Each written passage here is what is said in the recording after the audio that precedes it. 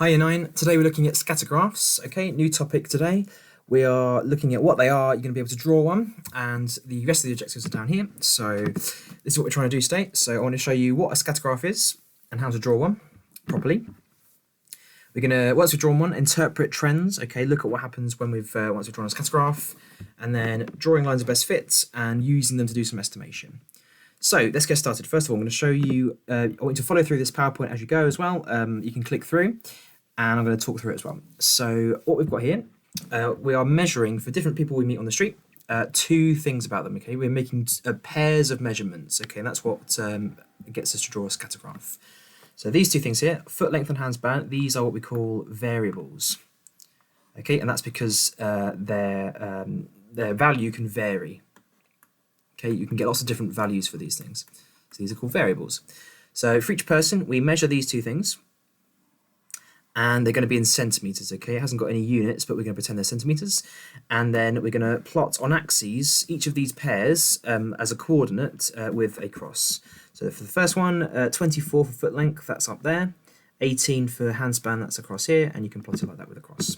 Okay, then for each of these, if you continue and plot the rest of the crosses, you can get a picture of what's going on with these two variables. Let's see how many we can find. I might not be able to get them all, but you can see the idea. There's one. Okay, so here's a bunch of these crosses that we've got for these pairs. What we're going to look for is how does one of these variables affect the other?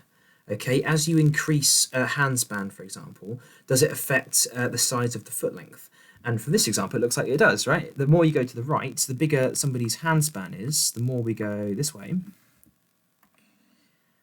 the greater their foot length seems to be. Okay, and that's true for pretty much all of these crosses here. All right, so that's a good trend we can write down as a sentence. So I'm going to do that. So as hand span increases, so does foot length. Okay, and that kind of makes sense. People with bigger hands tend to have bigger feet as well. Okay, but that might not be true for everybody. Okay, we've got this trend of data, but you might, for example, get somebody like this that would go up there. Now, this person, they've got very small hands, but very large feet. Okay, and I can probably think of an American politician that fits that description. This person, if they were to exist, this person would be what we call an outlier.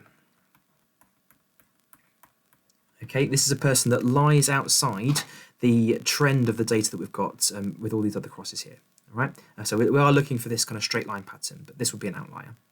Okay, so once we've got this idea and we've got a trend we can look at, we can describe the trend in different ways. Okay, when you're drawing a scatter graph though, make sure you're doing all the usual things you do with axes. All right, so label up your axes carefully, and then you put some units as well. So I want to put centimeters down here and up here.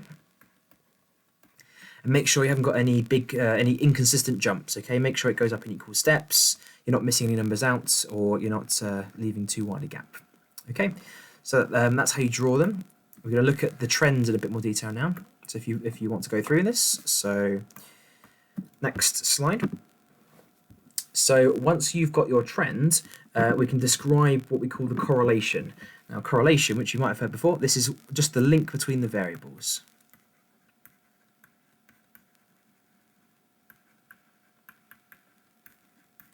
Okay, if there is any at all. So how are these two things linked that we're measuring? All right, so in this case, the case that we had before with our foot length and hand span, this picture is what we call positive correlation. Okay, it's positive because it goes uphill from left to right, and as one of the variables increases, so does the other one. Okay, bigger on this side means bigger on this side, and smaller means smaller. Okay, so you might want to think about what pairs of things could you measure that would have this effect. Well, one example would be height versus weight. Okay, so somebody that's taller, has more of a height, has typically got more of a weight. Right, so this is positive correlation, that's what that looks like. Negative correlation looks the other way, so that's got a downhill slope to these crosses here. And an example of these variables might be these two, so miles travelled on a journey compared to petrol in your tank. All right, as one of these increases, if you go more along your journey, this way, then the amount of petrol you've got left in your tank is going to go down. That's why you get this effect here. Okay, that's negative correlation. The third type is when there's no link at all between your variables. So you might get this picture. This is where increasing one doesn't seem to have any effect on the other. These are just kind of at random on the page, and that might be shown by IQ, so your intelligence, and your house number. All right, so just because somebody's more clever doesn't mean that their house number is going to go up. Okay, there's no correlation there. Okay, so there's three things that you want to know. You need to know what those three things are called. What we can also describe, though, is depending on how close to a straight line these crosses are, you can describe the strength as well.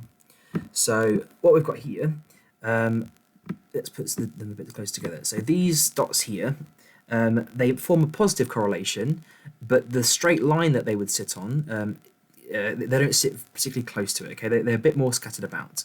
But the more I make them close to a line, we would describe this as strong positive correlation. Okay, so the closer to a straight line that you've got, the stronger the correlation.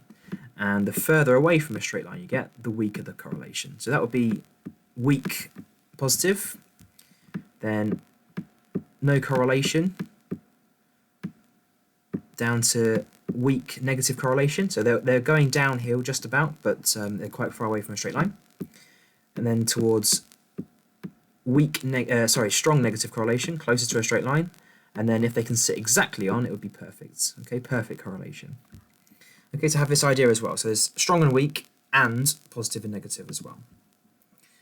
Okay, so if you click through the rest of this, you can just get used to those terms. So what kind of correlation type would this be? Doesn't matter what the variables are. These are going uphill, and they're quite far away from a straight line, so I would say weak positive. This one is downhill, so negative, and quite close to a straight line, so I would say strong negative. This one is still sort of going downhill, so still negative, but weak this time. And this one would be strong positive. Again, uphill and close to a straight line. These ones are showing no correlation like that as well. Okay.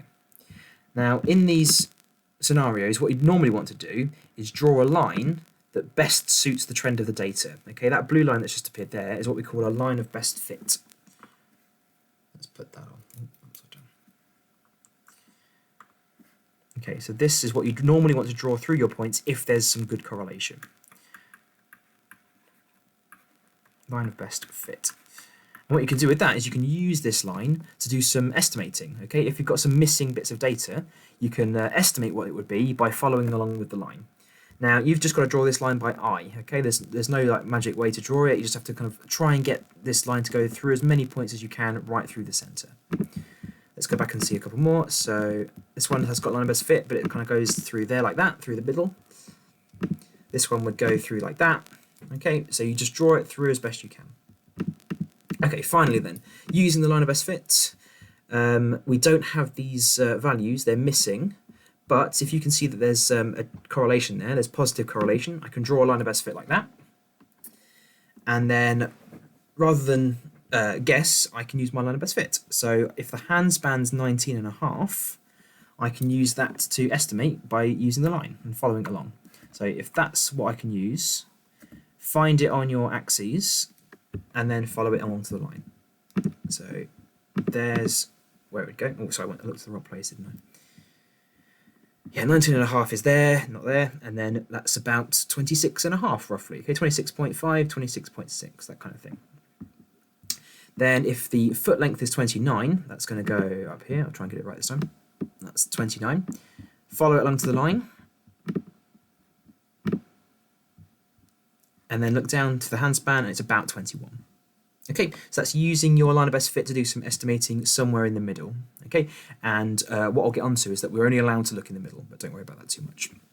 Okay, that's most of scatter graphs covered then. That's all the information. If you'd like to make some notes on what we've covered today, that's probably going to help you out, and put that in your books. And there's a short task today to get this work finished. All right, thanks very much, Year 9. I'll speak to you soon.